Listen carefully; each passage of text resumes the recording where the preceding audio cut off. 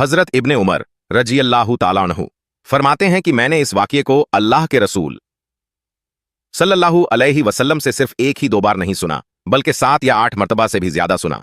और यह वाक़या अल्लाह के रसूल सल्लल्लाहु अलैहि वसल्लम सहाबा के दरमियान में बड़ी अहमियत के साथ बार बार बयान फरमाया करते थे।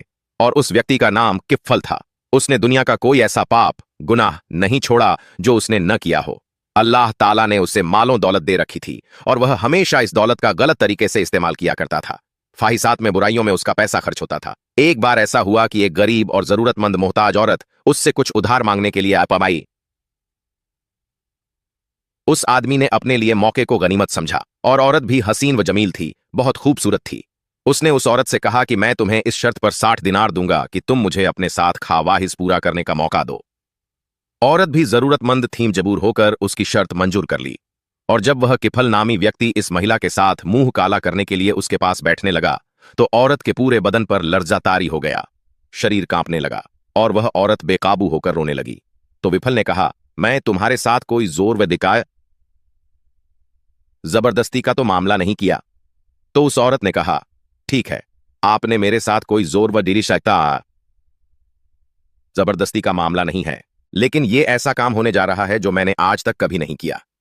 और आज इन पैसों की जरूरत की बिना पर मुझे आपकी यह शर्त माननी पड़ी और यह नाजायज गैर कानूनी काम होने जा रहा है, इसलिए मैं रो रही हूं और इसी वजह से मेरा शरीर कांप रहा है और मैं ऐसा काम कभी करना नहीं चाहती। जब औरत की बात किफल ने सुनी तो उसी वक्त किफल को हिदायत नसीब हो गई और मैंने ये कहकर उसी समय औरत को छोड़ दिया कि अब से कभी किसी प्रकार का कोई गुनाह नहीं करूंगा। और उस औरत से कहा, मैंने ये 60 दीनार यूं ही दे दिए हैं, जाओ इससे अपनी जरूरतें पूरी कर लो। और किफल ने अल्लाह से वादा करके तौबा कर ली कि अब कभी कोई गुनाह नहीं करूंगा।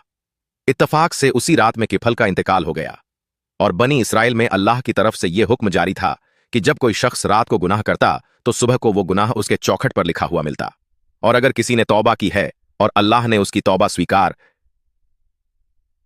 कबूल कर ली है तो सुबह को उसके दरवाजे पर लिखा हुआ मिलता कि अल्लाह ने उसकी मगफिरत कर दी है। चुनांचे किफल के साथ भी यही हुआ कि जब रात को उनकी मृत्यु हुई तो सुबह लोगों को उनके दरवाजे पर एक नोट मिला जिसमें लिखा था कि अल्लाह ने किफल को माफ कर दिया है, जबकि उन्होंने अपना पूरा जीवन अल्लाह की नाफरमानी, ऐश परस्ती, जिनाकारी और गुनाहों में गुजारा था।